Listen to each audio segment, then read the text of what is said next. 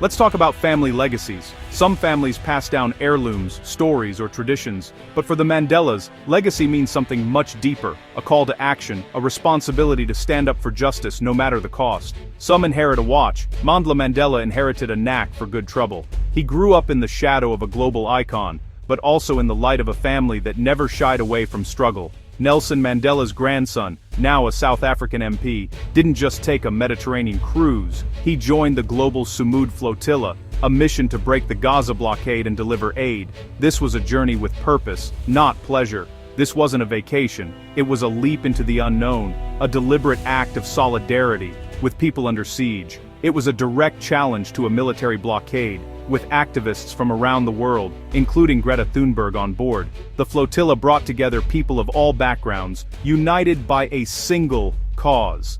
Their goal: deliver essential supplies and, more importantly, a message that the world is watching Gaza's isolation. Every box of aid was a symbol, every banner a statement. The name Sumud means steadfastness in Arabic, a fitting title for a mission built on resilience. It's about holding firm, even when the odds are stacked against you. For Mandla, this was more than politics, it was a living link between South Africa's anti-apartheid struggle and the Palestinian cause. He saw echoes of his grandfather's fight in the faces of those resisting today. The flotilla's journey was deliberately provocative. Every mile traveled was a statement of defiance, a refusal to accept the status quo.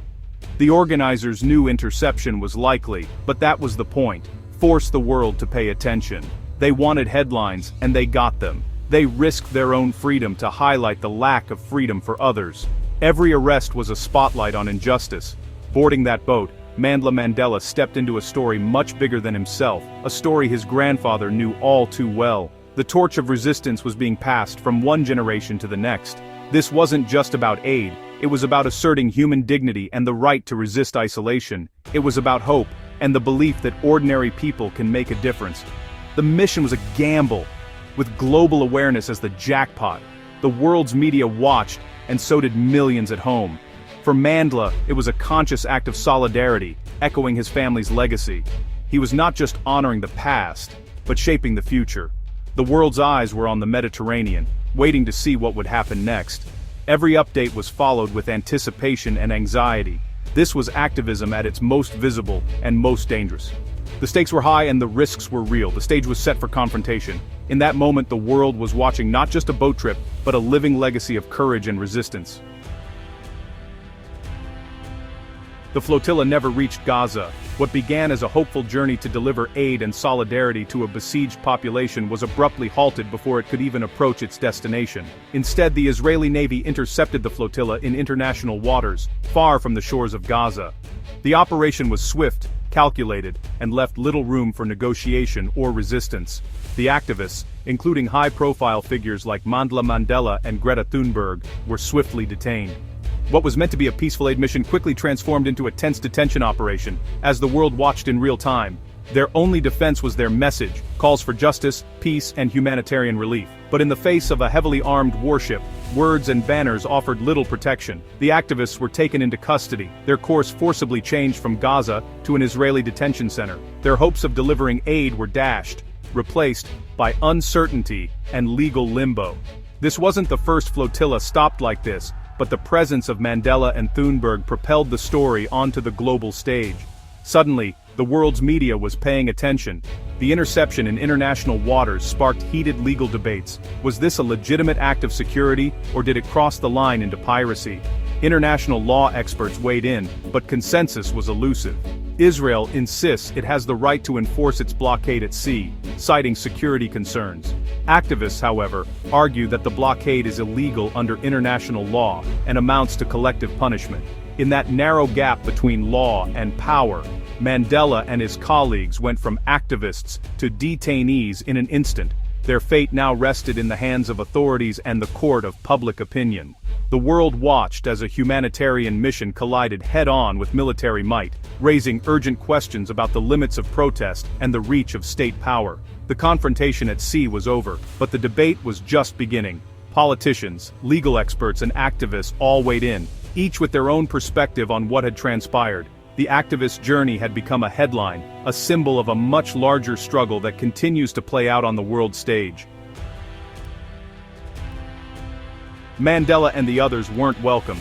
They were handcuffed, paraded, and sent to Given prison for 6 days. Mandela described the experience as humiliating, designed to intimidate and deter future activists. The conditions were harsh, but Mandela emphasized, his suffering was nothing compared to what Palestinians endure daily. His detention became a window into a much larger struggle. Instead of silencing him, the experience strengthened his resolve. The message from authorities was clear: challenge the blockade, and you'll pay a price. But for Mandela, this only deepened his commitment. He used his brief hardship to highlight a lifetime of struggle for others. The story of his detention became a new platform for his activism. The attempt to deter only fueled the cause.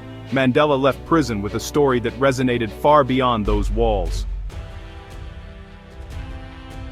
After 6 days in detention, the activists were finally released and deported. Mandla Mandela's return to South Africa was met with jubilation. He was welcomed as a hero, not just by his family and friends, but by crowds of supporters who saw his ordeal as a symbol of resistance and hope. Instead of focusing on his own suffering, Mandela immediately shifted the spotlight to Gaza. He spoke passionately about the ongoing pain endured by its people, condemning the blockade as both illegal and inhumane, and reminding the world that the real crisis was far from over. His message was clear: his own detention was a small price to pay if it meant shining a light on a much greater injustice. He urged everyone to look beyond his story and see the suffering of millions who had no voice. Mandela called for urgent global action, urging not only governments but also ordinary people to stand up, speak out, and demand an end to the blockade and occupation. He insisted that silence was complicity and that the world could not turn away. Drawing on the powerful legacy of his grandfather Nelson Mandela, he amplified his call for justice and human rights. He reminded everyone that the fight for freedom and dignity was a shared struggle, one that transcended borders and generations. Mandela reframed his experience as a call to empathy. If 6 days shocked you, he said, imagine a lifetime.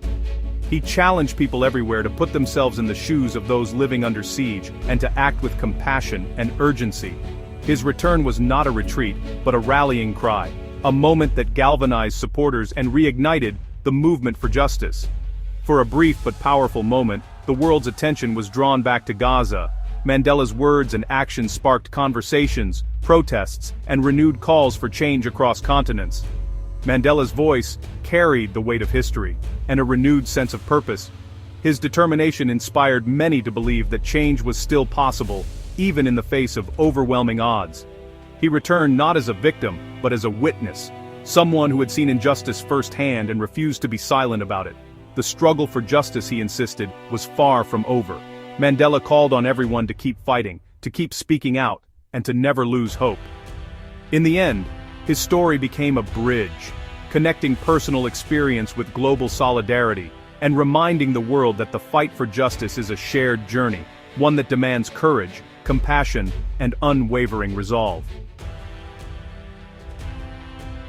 Mandla Mandela drew a direct line between the Palestinian struggle and South Africa's fight against apartheid. For him, this isn't just an analogy, it's lived reality. He saw the same segregation, restrictions, and denial of dignity his grandfather fought against. By calling it apartheid, Mandela invoked a word with global moral weight. The comparison is controversial, but for Mandela, the parallels are too stark to ignore. He's carrying on a legacy of resistance, arguing that never again must apply everywhere. His grandfather's struggle was for all oppressed people, not just South Africans. Mandela embraces that mantle, taking the fight to a global stage. Mandela's return to Johannesburg was a political rally.